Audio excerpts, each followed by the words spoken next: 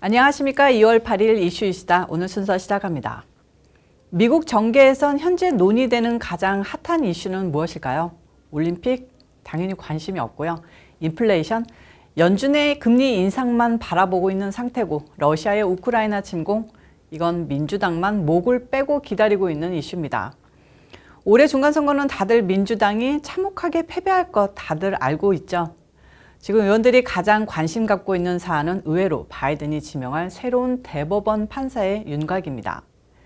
얼마 전에 스티븐 브라이어 대법관이 은퇴 소식을 전해드렸었는데요. 바이든이 올 들어 들은 가장 기분 좋은 소식이었죠. 자, 이게 왜 바이든에게 좋은 소식이냐?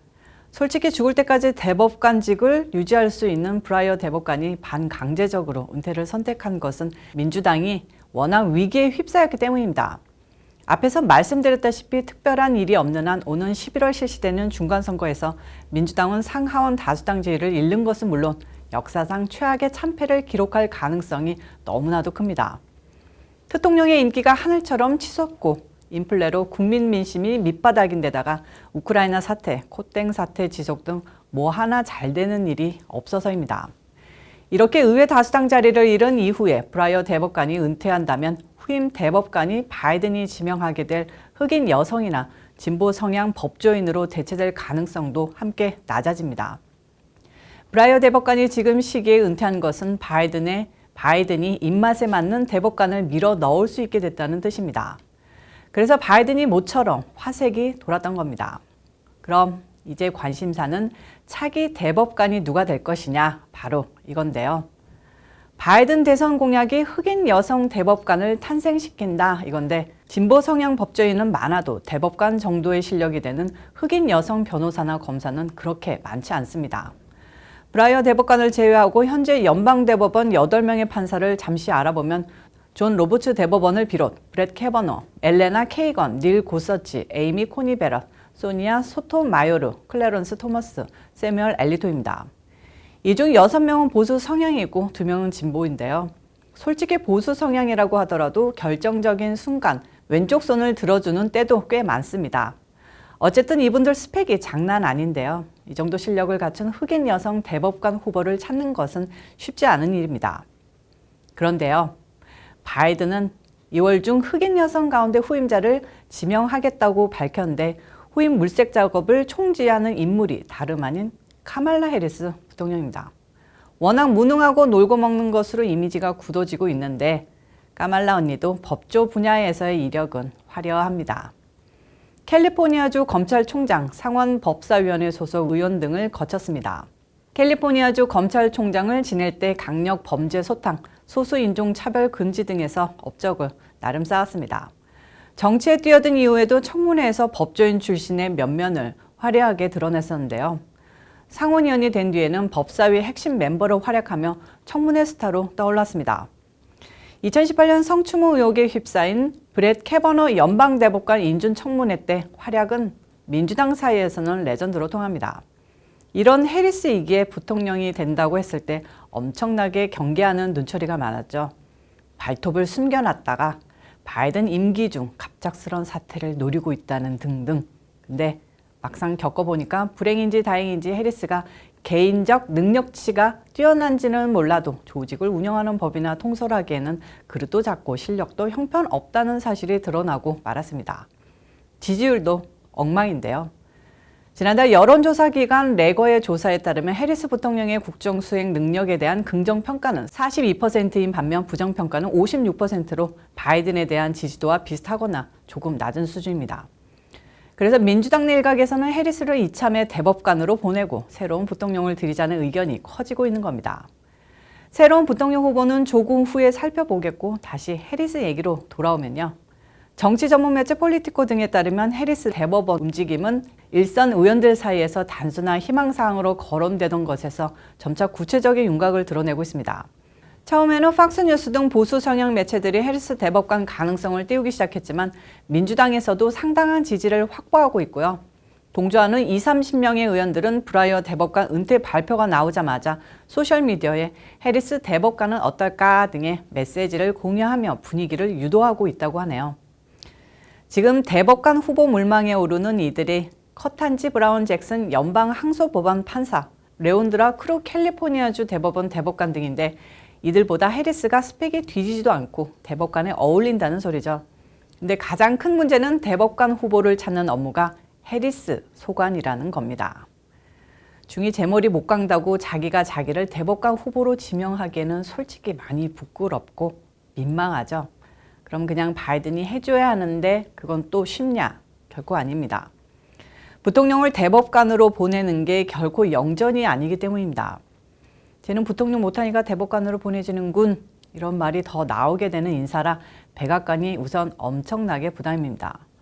바이든도 여러 차례 2024년 대선 나가면 해리스를 다시 러닝메이트가 될 거라고 못 박았는데 한 입으로 두 말 하기도 그렇습니다. 그런데 재미있는 풀이가 나오는데요. 최근 백악관은 후임 대법관을 논의하는 회의 개최 사실을 알리며 회의 사진을 공개했습니다. 해리스와 바이든이 함께 상석에 앉아 회의를 하는 장면인데요. 해리스 대법관 불가 방침의 쐐기를 받기 위한 것으로 풀이됩니다만 백악관과 바이든도 이 문제로 고심하고 있다는 뜻을 상징적으로 보여준다는 겁니다. 아무튼 학계에서도 부통령 교체에 따른 법적 절차를 연구해야 한다면서 조심스럽게 가능성을 연구하고 있습니다. 좌파 나팔수인 CNN은 가능성과 정당성이 크지 않다면서 이번 기회에 부통령의 역할과 능력에 대한 진지한 논의가 있어야 한다고 보도했습니다. 민주당과 바이든이 고심하는 이유는 부통령의 빈 자리에 좀 더 나은 인물을 데려와 대선에서 승리하는 것으로 현재 민주당 최악의 인기를 반전시킬 수 있기 때문입니다. 불안불안한 바이든이 갑자기 건강이 무너지거나 모종의 사건으로 탄핵받으면 국정 수행 능력과 대중적 인기를 지닌 부통령이 승계할 수 있어야 하는데 해리스는 상당히 무리인 게 사실입니다. 자, 그럼 만약 부통령이 새롭게 지명된다면 민주당은 누가 적격이라고 볼까요? 누구긴 누구겠습니까? 뻔하죠. 바로 힐러리 클린턴입니다. 솔직히 2024년 대통령이 재선에 나온다면 바이든이 붙을 경우 100% 지고요. 해리스 나오면 200% 집니다. 오바마가 다시 나올 수도 없는 노릇이고 유일하게 게임 좀 해볼 만하다 하는 게 현재 민주당 내에서는 힐러리밖에 없는데요. 만약 힐러리가 해리스가 대법관으로 나간 빈자리를 메꾸게 된다면 민주당으로서는 이보다 더 좋을 수 없다는 시나리오가 만들어집니다. 우선 인플레로 흔들렸던 여성표를 다시 흡수할 수 있고요. 바이든이나 해리스가 멍청하다고 싫어하던 민주당 지지층을 결집시킬 수 있습니다. 하지만 저희는 알죠. 힐러리 싫어하는 국민들이 엄청나게 많다는 걸. 만약 지난 대선에 공화당이나 중도 우파가 바이든을 찍었는데 다음 대선에 바이든 대신 힐러리가 나왔다 하면 뒤도 안 보고 대통령에게 표 줄 사람이 엄청날 겁니다. 힐러리 정말 싫어하는 사람 많은데 민주당에서는 정말 좋아하는 인간들이 차고 넘칩니다. 한마디로 힐러리는 복불복의 정치 스타인 것이죠. 대법관 지명, 이렇기 때문에 흥미진진한 이슈인데요. 앞으로 계속 쫓아가 보도록 하겠습니다. 소식 하나 더 전해드리겠습니다. 제가 사는 버지니아 윗동네 메릴랜드주 이야기입니다. 여기 자칭 타칭 한국 사이라는 라이노 레리 호건 주지사 버티고 계신데요. 이분 임기가 올해 말 끝납니다. 그동안 호건 주지사가 연방상원의원에 도전하느냐 마느냐가 가장 큰 저쪽 동네 정치 이슈였는데요. 마침내 이분께서 상원의원 불출마 선언을 하셨습니다. 내용 보면요. 호건 주지사는 8일 기자회견에서 그간 상원의원 출마를 고려했지만 내년 1월로 종료되는 주지사 임기를 마치는 데 집중하기로 했다고 밝혔습니다. 호건 주지사는 많은 분이 내가 상원에서 변화를 가져올 수 있다고 말하지만 난 상원의원 되길 원치 않으며 그 사실은 변하지 않았다고 말했는데요. 내년 1월에 주지사직 마지막까지 성실히 임무를 수행하겠다고 강조했습니다. 그동안 호건 주지사가 상원 의원에 출마하도록 상원 원내대표 미치 매코넬 등이 엄청나게 작업을 했던 게 사실입니다. 솔직히 워낙 메릴랜드가 민주당 텃밭이기에 당선 가능성은 10%도 되지 않지만 일단 후보로 내보낼 만한 이곳 공화당 인재풀이 워낙 좁기에 호건이 적격자라고 판단한 것이었는데요. 호건 주지사도 결국 돈만 깨지고 체면도 구길 게 뻔하다라는 결론을 내지 않았나 싶습니다. 호건 주지사의 정치적 미래는 불투명합니다. 일단 너무나도 반트럼프파 라이노라는 이미지가 공화당 내에 각인된 게 문제입니다. 그러게 좀 적당히 하시지. 대통령이 건재한 공화당에서는 발붙일 수 없고요. 일단 리즈 체인이나 울타리시 등 극소수의 반 트럼프파로 대통령 이후 시대를 노려야 할 것 같은데 그러려면 꽤 오래 조용히 버티셔야 하지 않을까 싶기도 합니다. 오늘 이슈이시다는 여기까지입니다. 시청해 주셔서 감사합니다. 오늘도 변함없이 좋아요와 구독 꾹꾹 눌러주시고요. 광고 시청도 끝까지 시청해 주시면 더욱 감사하겠습니다. 그리고 후원해 주신 분들 감사 인사 마지막으로 드리고요. 저는 또 다음 영상에서 찾아오도록 하겠습니다. 빠이. 이거 할까?